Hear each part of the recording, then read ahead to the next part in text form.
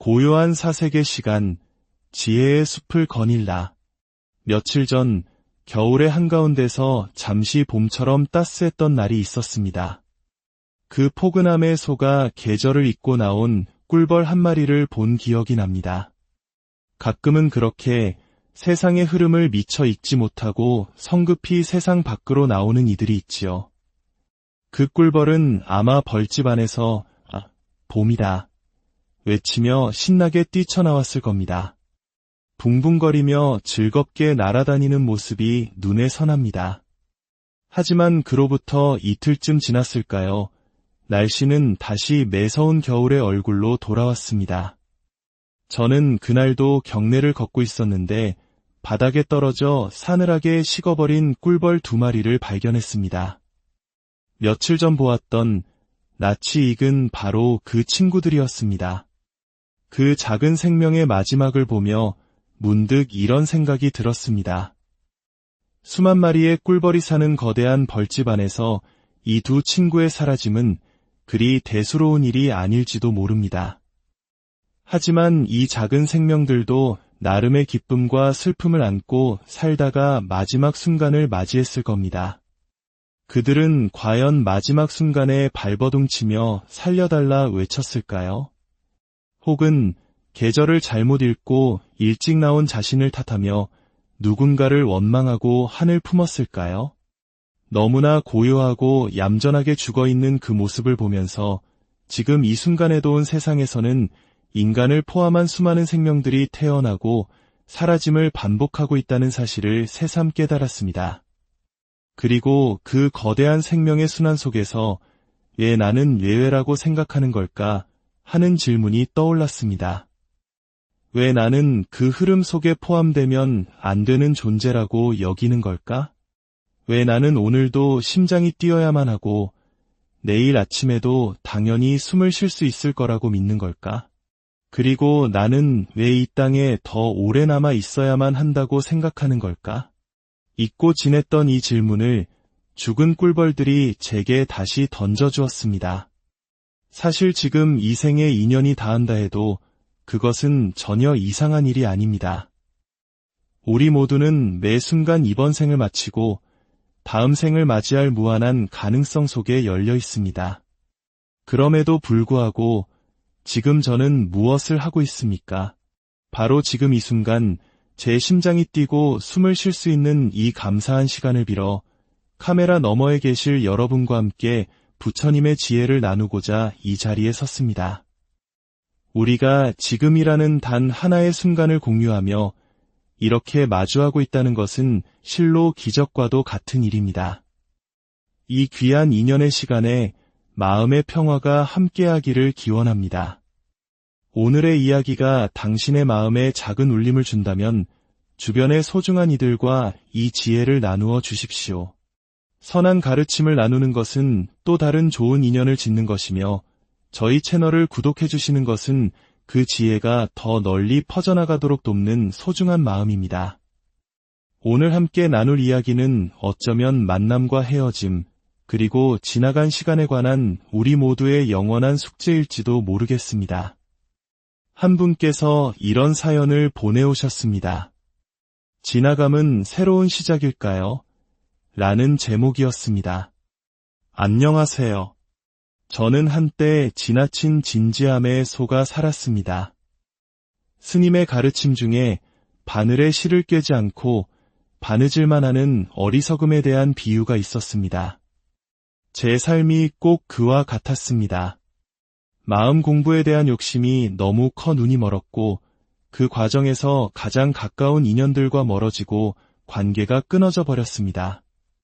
이제 와서 정신을 차리고 세상을 보니 처음에는 후회와 참회, 그리고 기막힌 현실에 허탈하기만 했습니다. 나로 인해 상처받은 인연들을 생각하면 가슴이 아픕니다. 겨우 본래의 자리로 돌아왔지만 가장 큰 피해자는 제 남편이었습니다. 결국 제가 강요하여 이혼까지 하게 되었습니다. 이제 와서 묻고 싶습니다. 이미 기억 속에서 끊어진 인연으로 생각하고 그대로 각자의 길을 가는 것이 맞을까요? 아니면 그 사람을 다시 만나 과거의 기억들을 깨끗하게 정리하고 각자의 길로 가는 것이 맞을까요? 그 시절 저의 어리석음은 깨달음에 대한 지나친 진지함 때문에 눈이 멀었던 것이었습니다. 정중하게 사과하고 싶지만 길을 찾을 수가 없습니다. 이제는 세상을 보는 힘이 많이 빠져버렸습니다. 사연을 읽는 내내 마음 한편이 무거워졌습니다. 마지막 문장, 세상을 보는 힘이 많이 빠졌다는 말은 두 가지 의미로 들립니다. 과거에 자신을 올가매던 그 지독한 진지함이 많이 사라졌다는 의미일 수도 있고, 혹은 삶에 대한 의욕 자체가 많이 줄어들었다는 뜻일 수도 있겠지요. 이것은 비단 사연을 주신 분만의 어려움이나 어리석음이 아닐 겁니다. 우리 모두는 무언가를 간절히 원할 때 너무나 진지해지고 시야가 좁아져 주변의 소중한 것들을 해치곤 합니다. 가장 가까운 사람이기에 더 쉽게 상처를 주고 더 날카로운 말로 찌르기도 합니다. 가족, 형제, 배우자처럼 우리가 가장 소중하다고 여기는 인연에게 지금 나는 어떤 말과 행동, 즉 어떤 업을 짓고 있는지 돌아보게 하는 사연입니다. 불교에서는 우리가 짓는 업을 세 가지로 나눕니다.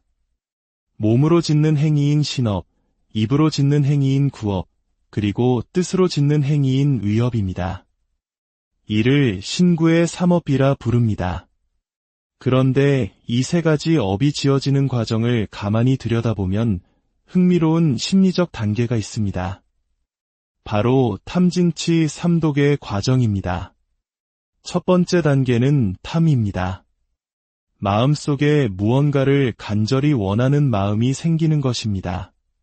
깨달음을 얻고 싶다, 더 나은 사람이 되고 싶다, 무언가를 버리고 싶다와 같은 하고자 하는 마음입니다. 이 마음이 생기면 두 번째 단계로 넘어갑니다. 바로 진입니다.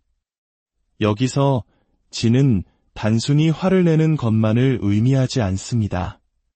화가 날 때의 우리 마음 상태를 생각해 보십시오. 굉장히 진지하고 경직되어 있으며 다른 가능성을 보지 못합니다. 무언가를 꼭 이루고야 말겠다는 강한 집착이 생기면 우리의 마음은 유연함을 잃고 딱딱하게 굳어버립니다. 사연을 주신 분이 말씀하신 지나친 진지함이 바로 이것입니다. 그리고 마음이 이렇게 경직되고 나면 세 번째 단계인 치로 이어집니다. 어리석음입니다. 평소 같으면 하지 않았을 행동, 지혜롭지 못한 선택을 하게 되는 것입니다. 유연하고 지혜로운 판단 대신 좁은 시야에 갇혀 어리석은 결정을 내리게 됩니다. 이 탐진치 삼독의 사이클이 한번 돌고 나면 우리에게 반드시 뒤따라오는 것이 있습니다. 바로 과보입니다. 내가 한 행위에 대한 결과입니다. 삼독이라는 독의 씨앗을 뿌리고 난 뒤에 맺히는 열매가 달콤할 리 없습니다. 아마 사연 주신 분께서 남편에게 했던 행동들도 그 당시에는 최선이라고 옳은 길이라고 생각하셨을지 모릅니다. 하지만 그 마음의 바탕에 탐진치의 독이 있었다면 시간이라는 인연을 만나 결국 고통스러운 과보로 돌아오게 되는 것입니다. 저는 여기서 인과법, 즉 원인과 결과의 법칙에 대해 조금 더 깊은 이야기를 나누고 싶습니다. 우리는 모두 심은 대로 거둔다는 말을 압니다. 모든 결과에는 원인이 있다는 사실을 상식적으로 이해합니다. 하지만 부처님께서 왜 그토록 인과법을 강조하셨을까요? 단순히 내가 과거에 잘못했으니 지금 고통받는 것은 당연하다, 받아들여라 라는 숙명론을 말씀하시기 위함이었을까요?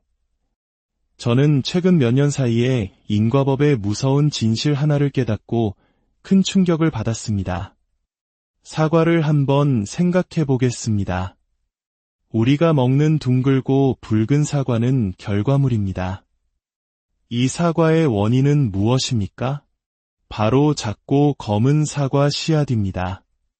여기서 가장 중요한 사실이 있습니다. 원인인 사과 씨앗은 결과인 사과처럼 생기지 않았다는 것입니다. 원인은 결코 결과의 모습을 하고 있지 않습니다. 이것이 무엇을 의미할까요?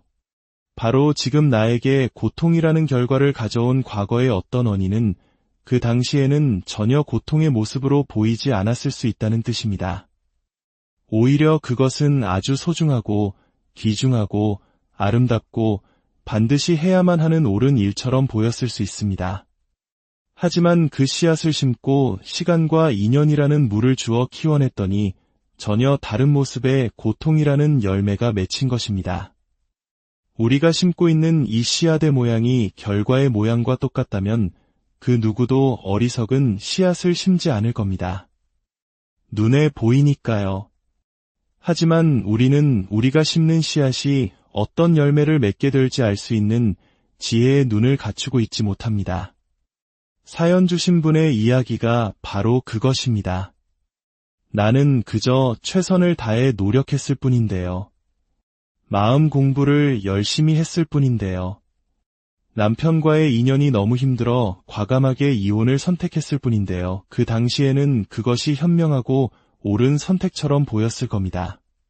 하지만 왜 시간이 지나고 나니 그 씨앗의 결과가 전혀 다른 고통으로 돌아왔을까요? 바로 원인과 결과는 모습이 다르기 때문입니다. 이것을 깨닫고 나니 제 마음대로 한 발짝을 내딛고 무언가를 결정하는 것이 참으로 두려워졌습니다. 그래서 저희 큰 스님께서는 이 세상에서 가장 무서운 것은 법칙, 그 중에서도 인과법이라고 하셨습니다. 내가 한 행동이 어떤 모습의 결과로 돌아올지 아무도 알 수 없기 때문입니다. 그렇기에 우리는 스승을 찾아야만 합니다. 제가 지금 이런 선택을 하려고 하는데 괜찮겠습니까? 제가 훗날 후회하지 않겠습니까? 이것이 지혜로운 선택이겠습니까? 하고 끊임없이 묻고 점검받아야 하는 것입니다. 우리의 문화 속에서 스승님이라는 단어가 가진 무게는 단순히 지식을 가르치는 사람 이상입니다. 바로 이 어두운 인과의 길을 밝혀주는 등불과 같은 존재이기 때문입니다. 오늘 사연에 대한 답을 드리기 위해 경전에 나오는 이야기 하나를 들려드리고자 합니다. 부처님의 제자 중에는 목련존자와 사리불존자라는 두 분의 위대한 수제자가 있었습니다. 부처님의 왼팔과 오른팔이라 불릴 정도로 지혜가 출중했지요. 하지만 뛰어난 사람은 시기와 질투를 받기 마련입니다.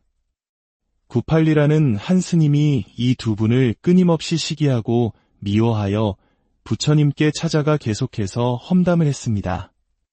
저 두 사람은 겉과 속이 다릅니다. 나쁜 짓을 하고 승단을 분열시킵니다. 부처님께서 그들은 그런 제자들이 아니니 험담을 그만두어라 하고 타일렀지만 구팔리 스님은 멈추지 않았습니다. 결국 그는 입으로 지은 악한 업 때문에 몸에 종기가 나 죽게 되었고 연화 지옥이라는 곳에 떨어졌습니다. 훗날 목련존자와 사리불존자는 자신들을 험담하다 지옥에 떨어진 구팔리 스님을 가엾게 여겨 그를 구제하러 가겠다고 부처님께 말씀드렸습니다. 하지만 부처님께서는 가지 말아라.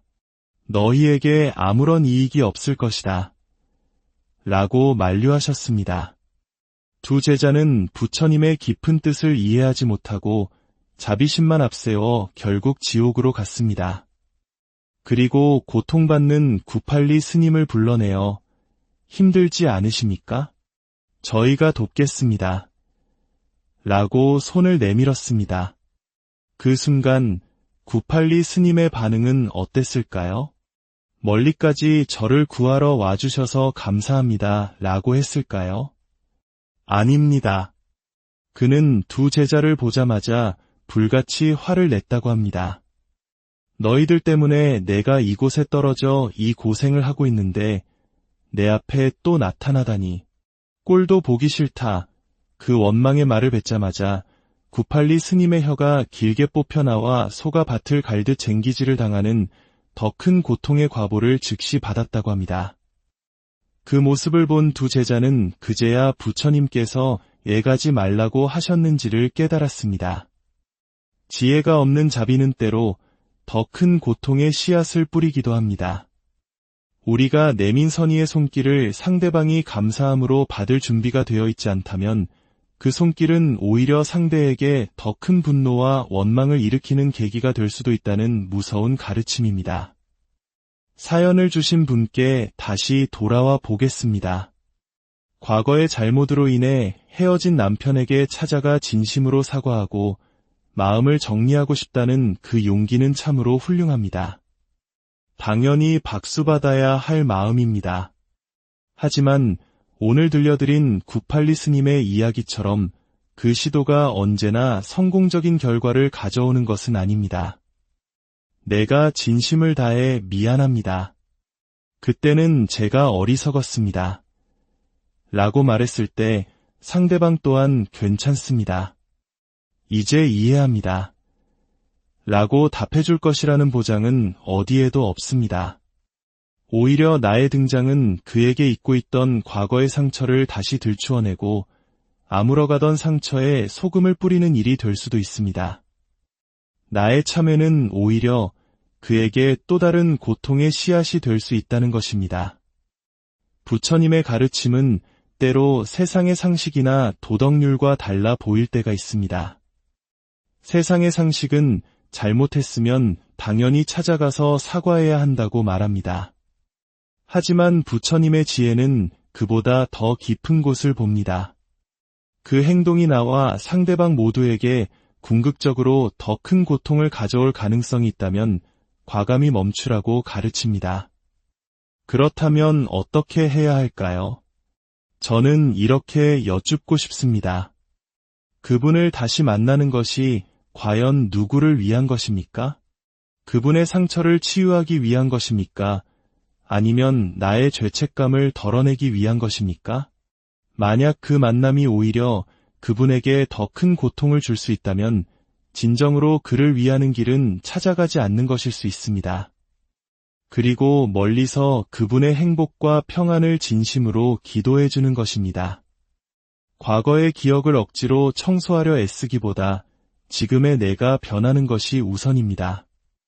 내가 먼저 내 마음속의 상처와 죄책감으로부터 자유로워지고 평화를 얻을 때 그 평화로운 에너지는 보이지 않게 그에게도 전달될 것입니다.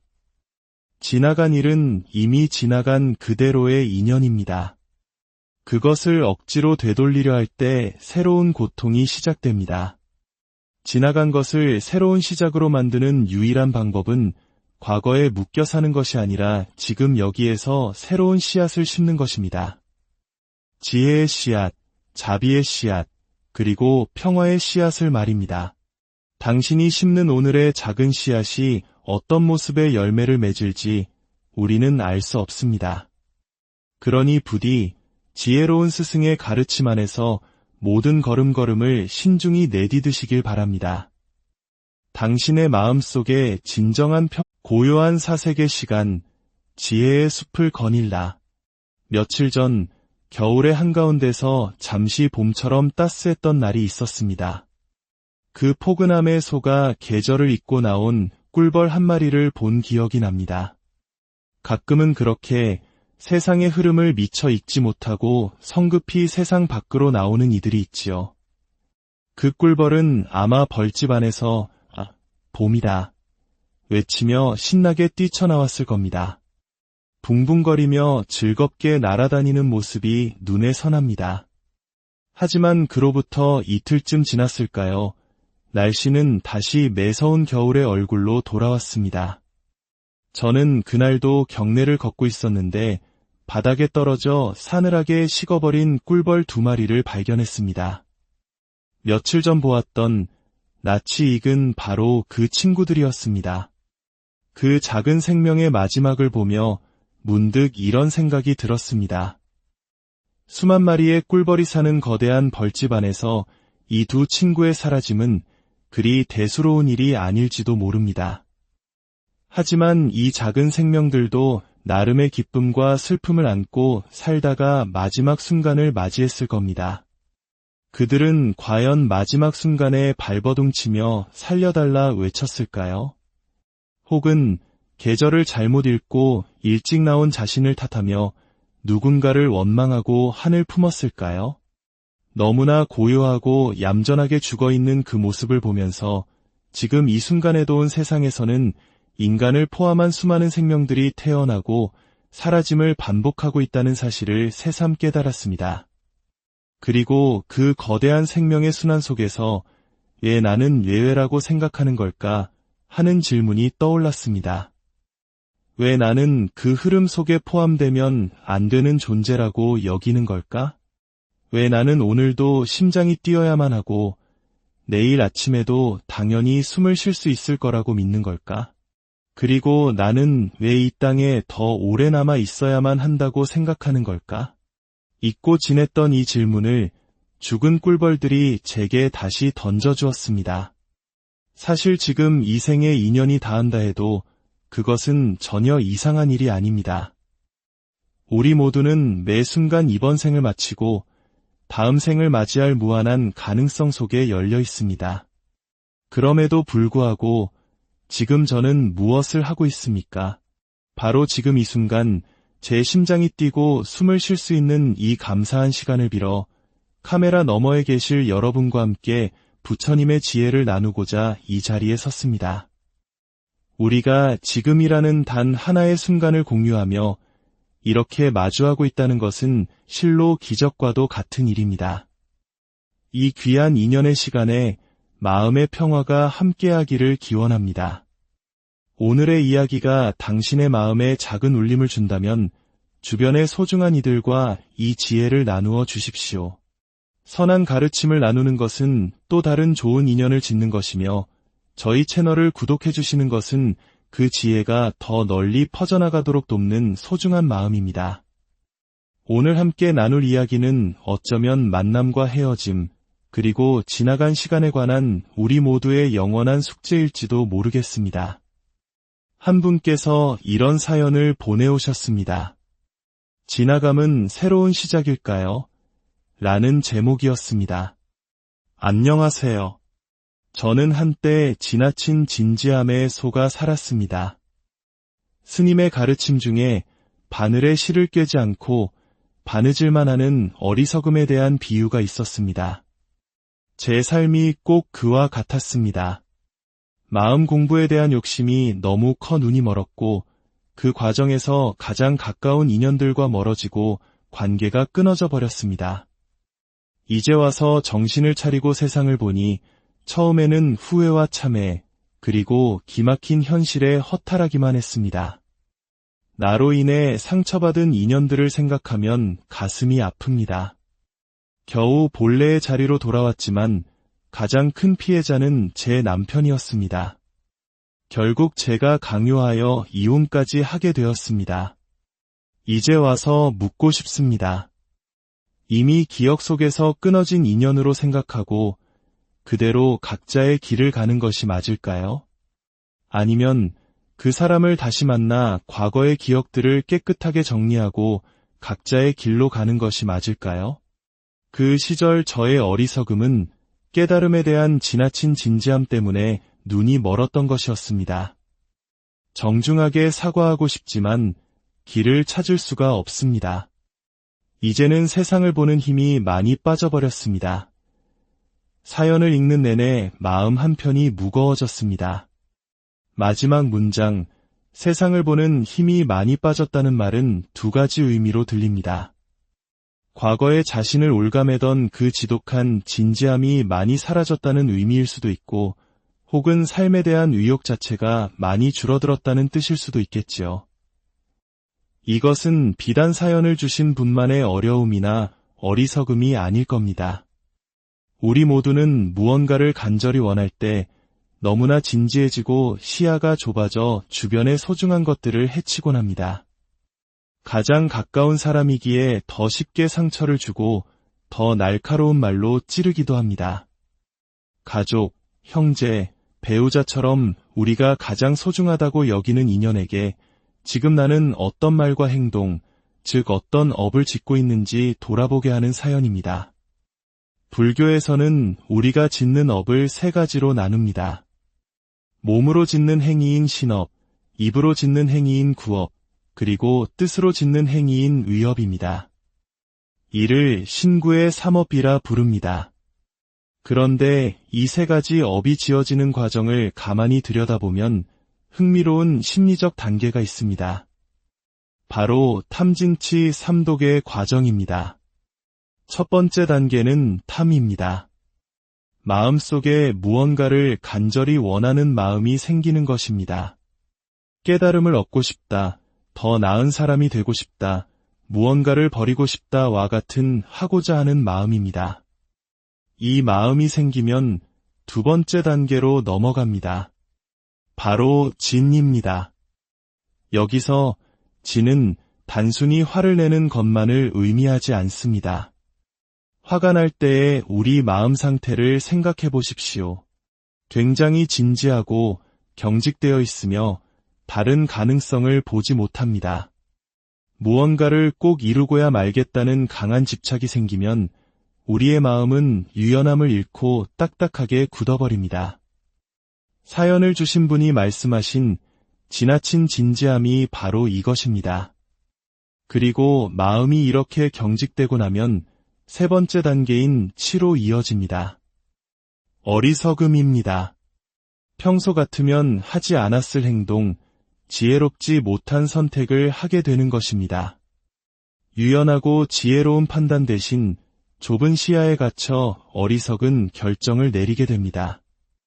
이 탐진치 삼독의 사이클이 한번 돌고 나면 우리에게 반드시 뒤따라오는 것이 있습니다. 바로 과보입니다. 내가 한 행위에 대한 결과입니다. 삼독이라는 독의 씨앗을 뿌리고 난 뒤에 맺히는 열매가 달콤할 리 없습니다. 아마 사연 주신 분께서 남편에게 했던 행동들도 그 당시에는 최선이라고 옳은 길이라고 생각하셨을지 모릅니다. 하지만 그 마음의 바탕에 탐진치의 독이 있었다면 시간이라는 인연을 만나 결국 고통스러운 과보로 돌아오게 되는 것입니다. 저는 여기서 인과법, 즉 원인과 결과의 법칙에 대해 조금 더 깊은 이야기를 나누고 싶습니다. 우리는 모두 심은 대로 거둔다는 말을 압니다. 모든 결과에는 원인이 있다는 사실을 상식적으로 이해합니다. 하지만 부처님께서 왜 그토록 인과법을 강조하셨을까요? 단순히 내가 과거에 잘못했으니 지금 고통받는 것은 당연하다, 받아들여라 라는 숙명론을 말씀하시기 위함이었을까요? 저는 최근 몇 년 사이에 인과법의 무서운 진실 하나를 깨닫고 큰 충격을 받았습니다. 사과를 한번 생각해 보겠습니다.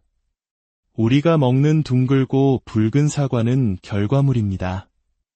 이 사과의 원인은 무엇입니까? 바로 작고 검은 사과 씨앗입니다.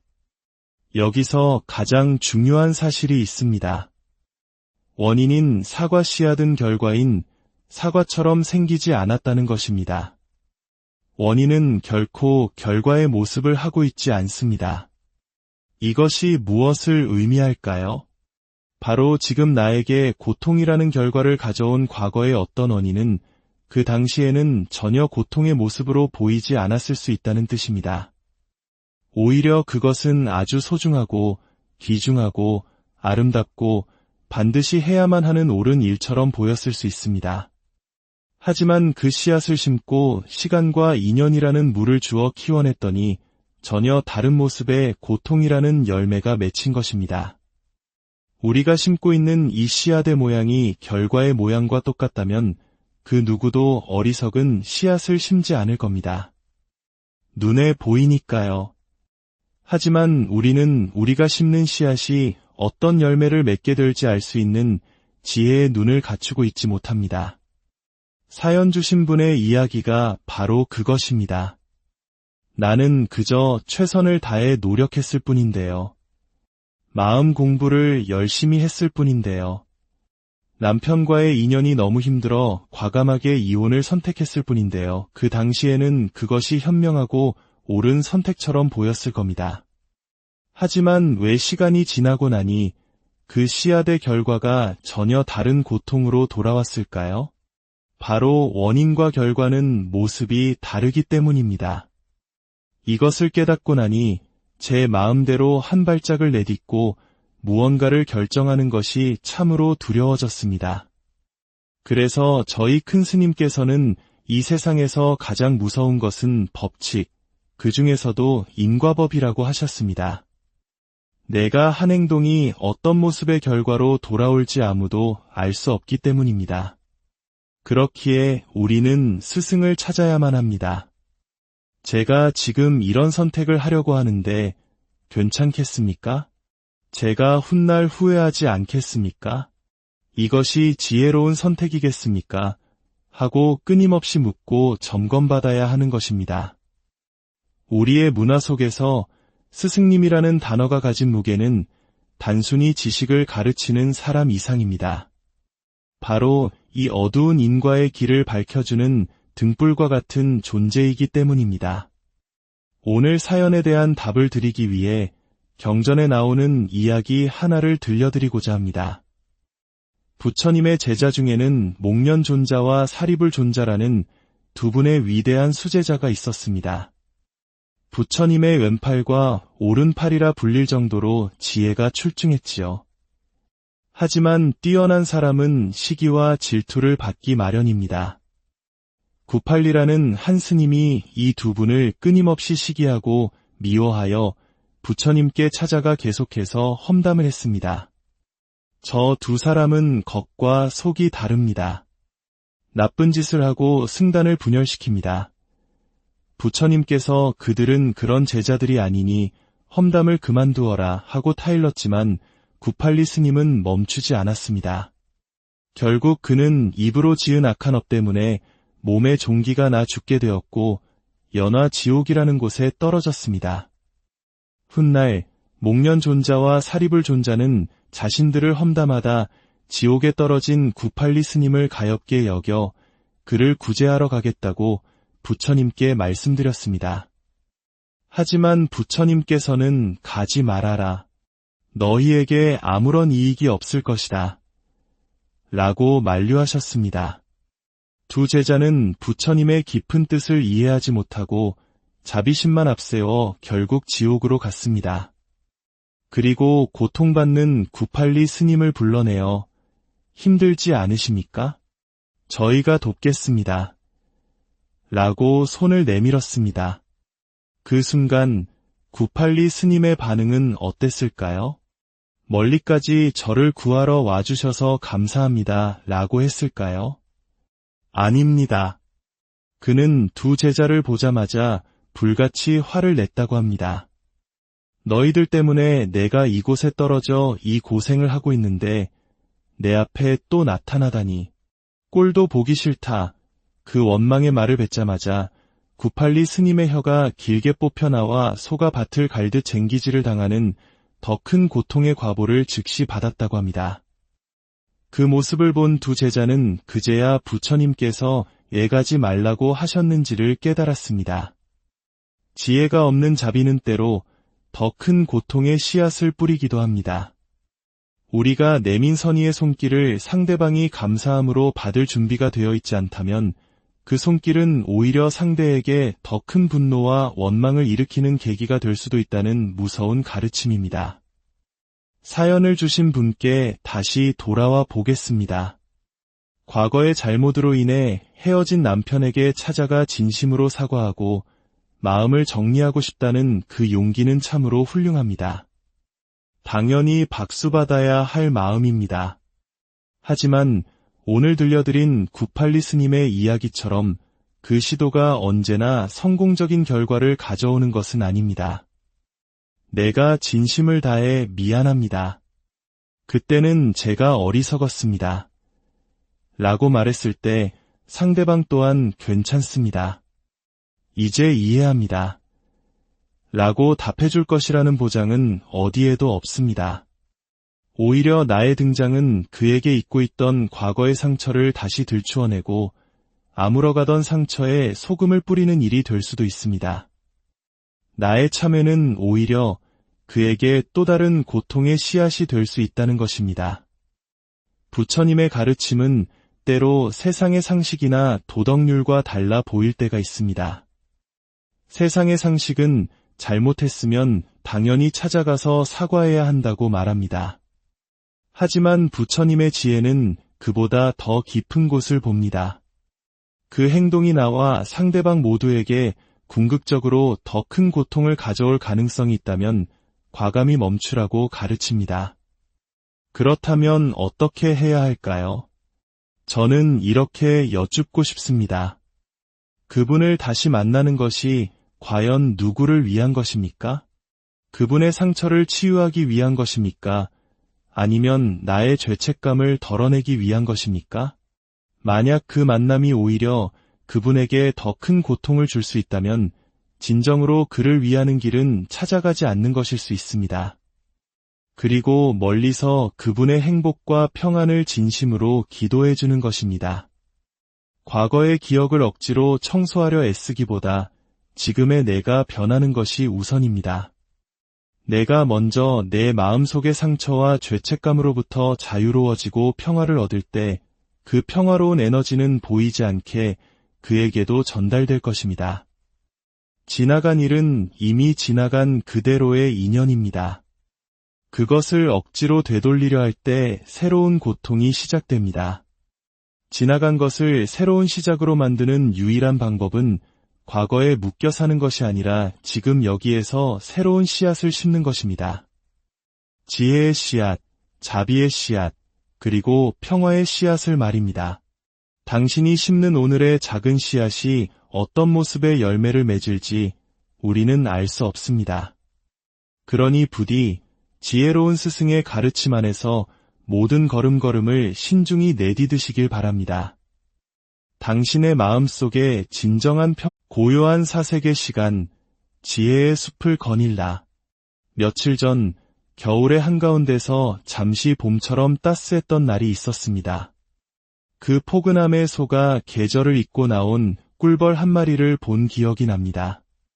가끔은 그렇게 세상의 흐름을 미처 읽지 못하고 성급히 세상 밖으로 나오는 이들이 있지요. 그 꿀벌은 아마 벌집 안에서 봄이다 외치며 신나게 뛰쳐나왔을 겁니다. 붕붕거리며 즐겁게 날아다니는 모습이 눈에 선합니다. 하지만 그로부터 이틀쯤 지났을까요? 날씨는 다시 매서운 겨울의 얼굴로 돌아왔습니다.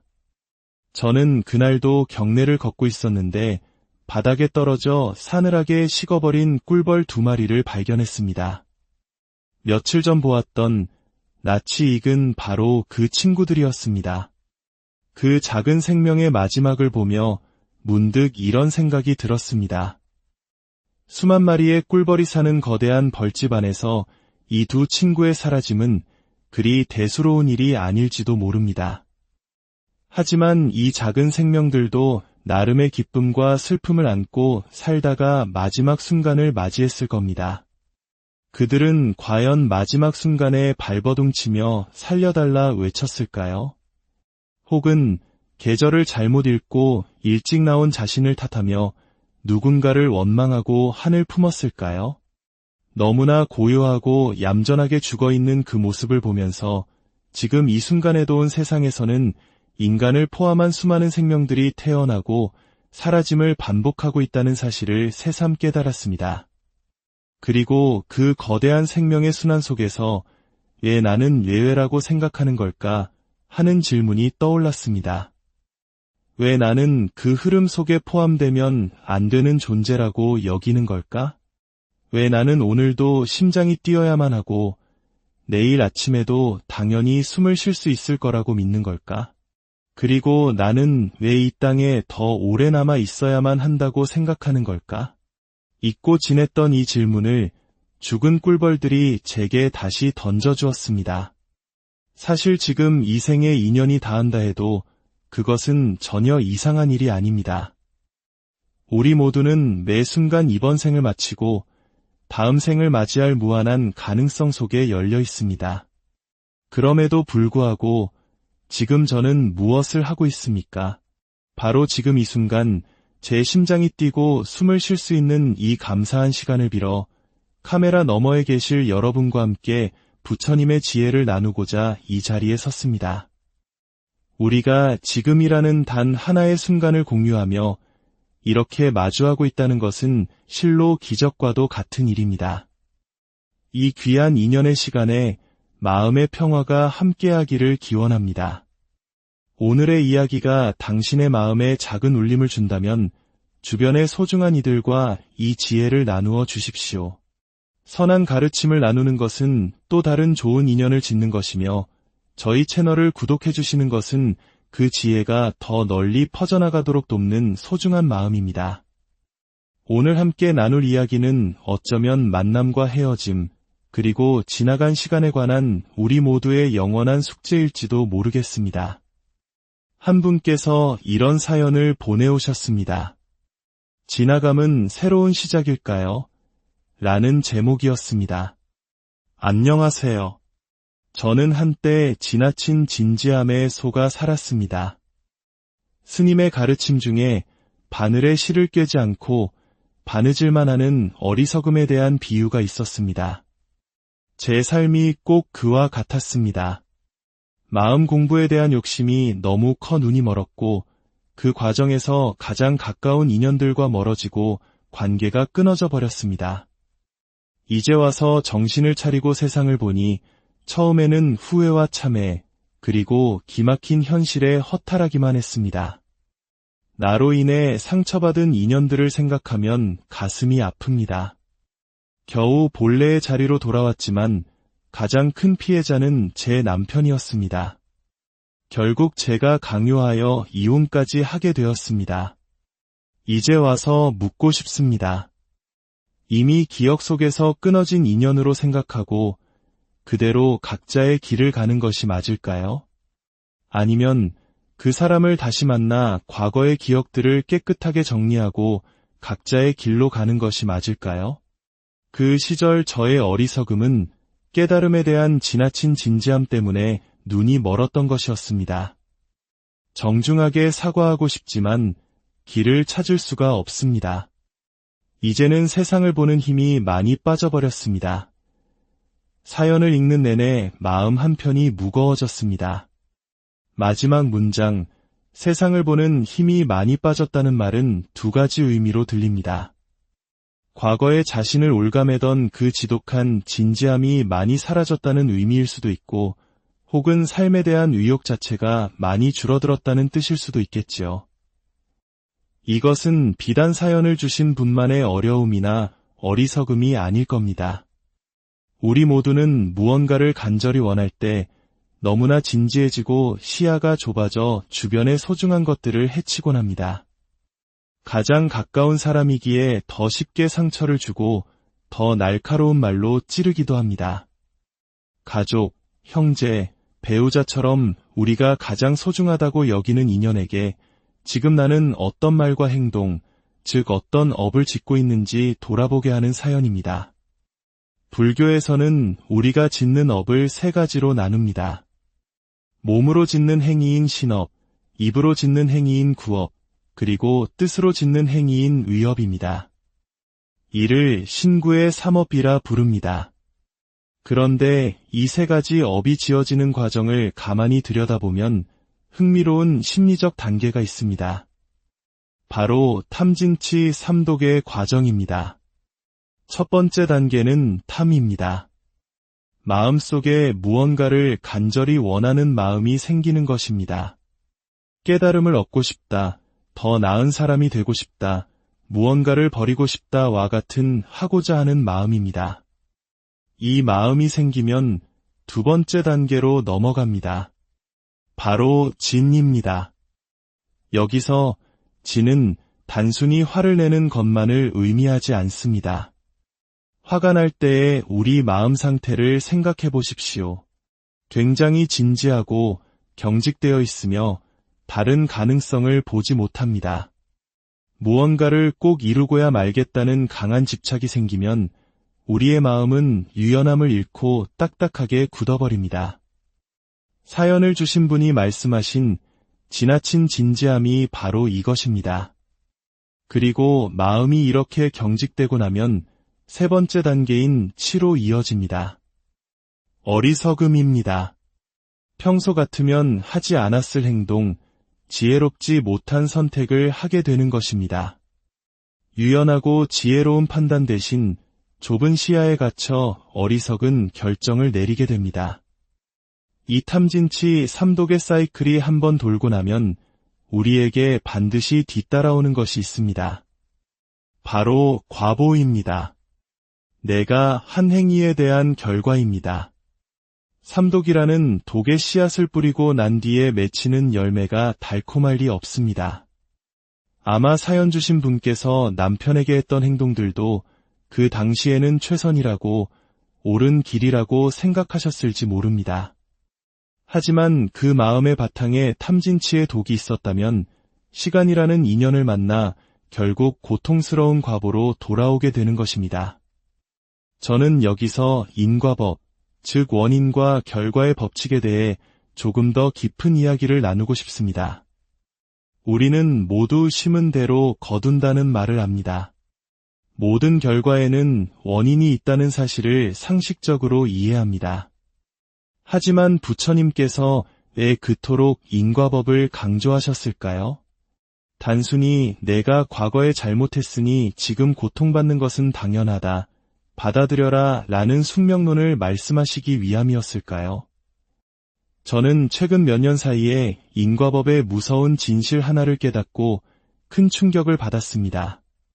사과를 한번 생각해 보겠습니다. 우리가 먹는 둥글고 붉은 사과는 결과물입니다. 이 사과의 원인은 무엇입니까? 바로 작고 검은 사과 씨앗입니다. 여기서 가장 중요한 사실이 있습니다. 원인인 사과 씨앗은 결과인 사과처럼 생기지 않았다는 것입니다.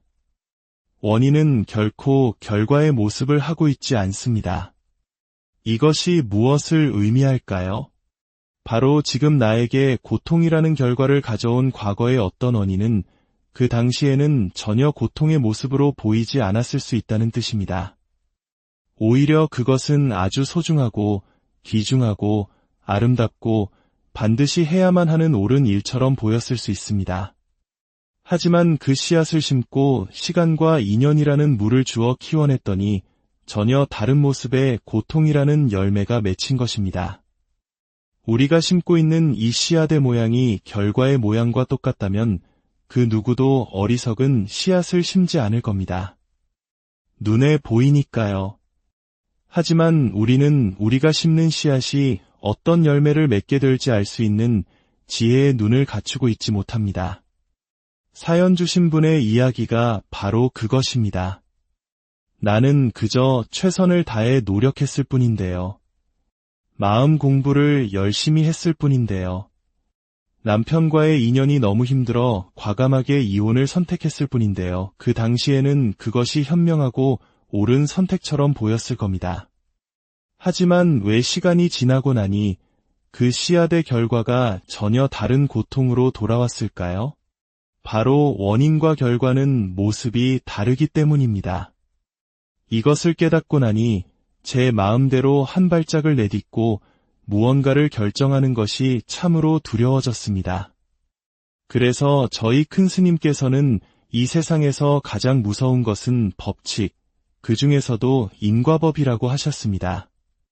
내가 한 행동이 어떤 모습의 결과로 돌아올지 아무도 알 수 없기 때문입니다.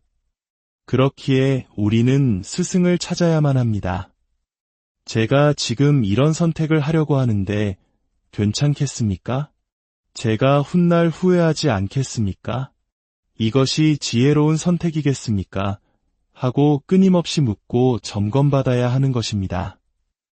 우리의 문화 속에서 스승님이라는 단어가 가진 무게는 단순히 지식을 가르치는 사람 이상입니다. 바로 이 어두운 인과의 길을 밝혀주는 등불과 같은 존재이기 때문입니다. 오늘 사연에 대한 답을 드리기 위해 경전에 나오는 이야기 하나를 들려드리고자 합니다. 부처님의 제자 중에는 목련존자와 사리불존자라는 두 분의 위대한 수제자가 있었습니다. 부처님의 왼팔과 오른팔이라 불릴 정도로 지혜가 출중했지요. 하지만 뛰어난 사람은 시기와 질투를 받기 마련입니다.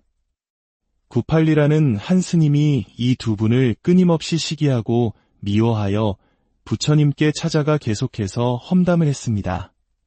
저 두 사람은 겉과 속이 다릅니다. 나쁜 짓을 하고 승단을 분열시킵니다. 부처님께서 그들은 그런 제자들이 아니니 험담을 그만두어라 하고 타일렀지만 구팔리 스님은 멈추지 않았습니다.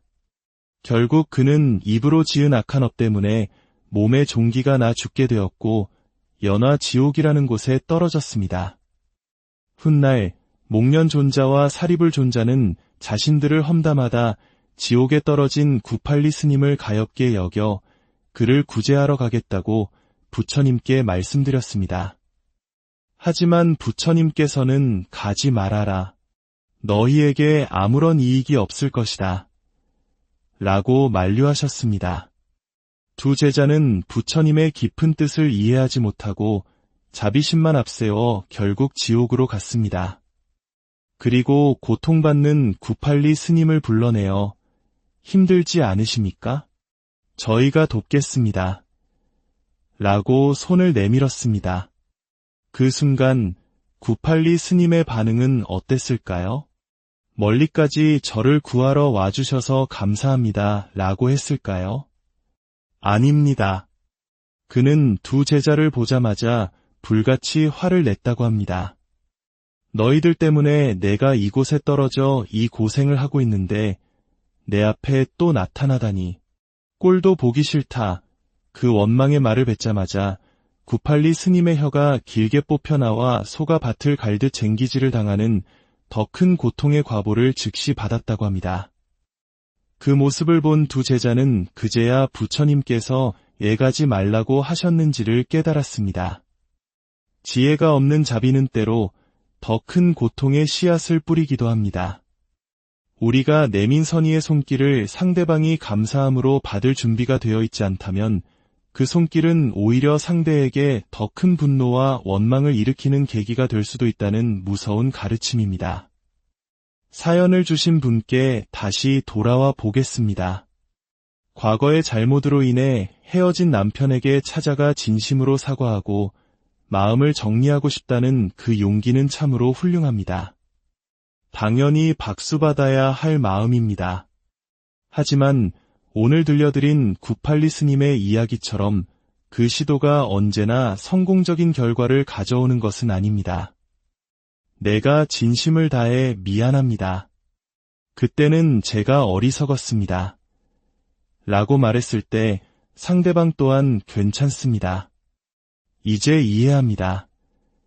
라고 답해줄 것이라는 보장은 어디에도 없습니다. 오히려 나의 등장은 그에게 잊고 있던 과거의 상처를 다시 들추어내고 아물어가던 상처에 소금을 뿌리는 일이 될 수도 있습니다. 나의 참회는 오히려 그에게 또 다른 고통의 씨앗이 될 수 있다는 것입니다. 부처님의 가르침은 때로 세상의 상식이나 도덕률과 달라 보일 때가 있습니다. 세상의 상식은 잘못했으면 당연히 찾아가서 사과해야 한다고 말합니다. 하지만 부처님의 지혜는 그보다 더 깊은 곳을 봅니다. 그 행동이 나와 상대방 모두에게 궁극적으로 더 큰 고통을 가져올 가능성이 있다면 과감히 멈추라고 가르칩니다. 그렇다면 어떻게 해야 할까요? 저는 이렇게 여쭙고 싶습니다. 그분을 다시 만나는 것이 과연 누구를 위한 것입니까? 그분의 상처를 치유하기 위한 것입니까? 아니면 나의 죄책감을 덜어내기 위한 것입니까? 만약 그 만남이 오히려 그분에게 더 큰 고통을 줄 수 있다면 진정으로 그를 위하는 길은 찾아가지 않는 것일 수 있습니다. 그리고 멀리서 그분의 행복과 평안을 진심으로 기도해 주는 것입니다. 과거의 기억을 억지로 청소하려 애쓰기보다 지금의 내가 변하는 것이 우선입니다. 내가 먼저 내 마음속의 상처와 죄책감으로부터 자유로워지고 평화를 얻을 때 그 평화로운 에너지는 보이지 않게 그에게도 전달될 것입니다. 지나간 일은 이미 지나간 그대로의 인연입니다. 그것을 억지로 되돌리려 할 때 새로운 고통이 시작됩니다. 지나간 것을 새로운 시작으로 만드는 유일한 방법은 과거에 묶여 사는 것이 아니라 지금 여기에서 새로운 씨앗을 심는 것입니다. 지혜의 씨앗, 자비의 씨앗, 그리고 평화의 씨앗을 말입니다. 당신이 심는 오늘의 작은 씨앗이 어떤 모습의 열매를 맺을지 우리는 알 수 없습니다. 그러니 부디 지혜로운 스승의 가르침 안에서 모든 걸음걸음을 신중히 내디드시길 바랍니다. 당신의 마음속에 진정한 고요한 사색의 시간, 지혜의 숲을 거닐라. 며칠 전 겨울의 한가운데서 잠시 봄처럼 따스했던 날이 있었습니다. 그 포근함에 속아 계절을 잊고 나온 꿀벌 한 마리를 본 기억이 납니다. 가끔은 그렇게 세상의 흐름을 미처 읽지 못하고 성급히 세상 밖으로 나오는 이들이 있지요. 그 꿀벌은 아마 벌집 안에서 봄이다 외치며 신나게 뛰쳐나왔을 겁니다. 붕붕거리며 즐겁게 날아다니는 모습이 눈에 선합니다. 하지만 그로부터 이틀쯤 지났을까요? 날씨는 다시 매서운 겨울의 얼굴로 돌아왔습니다. 저는 그날도 경내를 걷고 있었는데 바닥에 떨어져 사늘하게 식어버린 꿀벌 2마리를 발견했습니다. 며칠 전 보았던 낯이 익은 바로 그 친구들이었습니다. 그 작은 생명의 마지막을 보며 문득 이런 생각이 들었습니다. 수만 마리의 꿀벌이 사는 거대한 벌집 안에서 이 2 친구의 사라짐은 그리 대수로운 일이 아닐지도 모릅니다. 하지만 이 작은 생명들도 나름의 기쁨과 슬픔을 안고 살다가 마지막 순간을 맞이했을 겁니다. 그들은 과연 마지막 순간에 발버둥치며 살려달라 외쳤을까요? 혹은 계절을 잘못 읽고 일찍 나온 자신을 탓하며 누군가를 원망하고 한을 품었을까요? 너무나 고요하고 얌전하게 죽어있는 그 모습을 보면서 지금 이 순간에도 온 세상에서는 인간을 포함한 수많은 생명들이 태어나고 사라짐을 반복하고 있다는 사실을 새삼 깨달았습니다. 그리고 그 거대한 생명의 순환 속에서 왜 나는 예외라고 생각하는 걸까 하는 질문이 떠올랐습니다. 왜 나는 그 흐름 속에 포함되면 안 되는 존재라고 여기는 걸까? 왜 나는 오늘도 심장이 뛰어야만 하고 내일 아침에도 당연히 숨을 쉴 수 있을 거라고 믿는 걸까? 그리고 나는 왜 이 땅에 더 오래 남아 있어야만 한다고 생각하는 걸까? 잊고 지냈던 이 질문을 죽은 꿀벌들이 제게 다시 던져주었습니다. 사실 지금 이 생에 인연이 닿은다 해도 그것은 전혀 이상한 일이 아닙니다. 우리 모두는 매 순간 이번 생을 마치고 다음 생을 맞이할 무한한 가능성 속에 열려 있습니다. 그럼에도 불구하고 지금 저는 무엇을 하고 있습니까? 바로 지금 이 순간 제 심장이 뛰고 숨을 쉴 수 있는 이 감사한 시간을 빌어 카메라 너머에 계실 여러분과 함께 부처님의 지혜를 나누고자 이 자리에 섰습니다. 우리가 지금이라는 단 하나의 순간을 공유하며 이렇게 마주하고 있다는 것은 실로 기적과도 같은 일입니다. 이 귀한 인연의 시간에 마음의 평화가 함께하기를 기원합니다. 오늘의 이야기가 당신의 마음에 작은 울림을 준다면 주변의 소중한 이들과 이 지혜를 나누어 주십시오. 선한 가르침을 나누는 것은 또 다른 좋은 인연을 짓는 것이며 저희 채널을 구독해 주시는 것은 그 지혜가 더 널리 퍼져나가도록 돕는 소중한 마음입니다. 오늘 함께 나눌 이야기는 어쩌면 만남과 헤어짐, 그리고 지나간 시간에 관한 우리 모두의 영원한 숙제일지도 모르겠습니다. 한 분께서 이런 사연을 보내오셨습니다. 지나감은 새로운 시작일까요? 라는 제목이었습니다. 안녕하세요. 저는 한때 지나친 진지함에 속아 살았습니다. 스님의 가르침 중에 바늘에 실을 꿰지 않고 바느질만 하는 어리석음에 대한 비유가 있었습니다. 제 삶이 꼭 그와 같았습니다.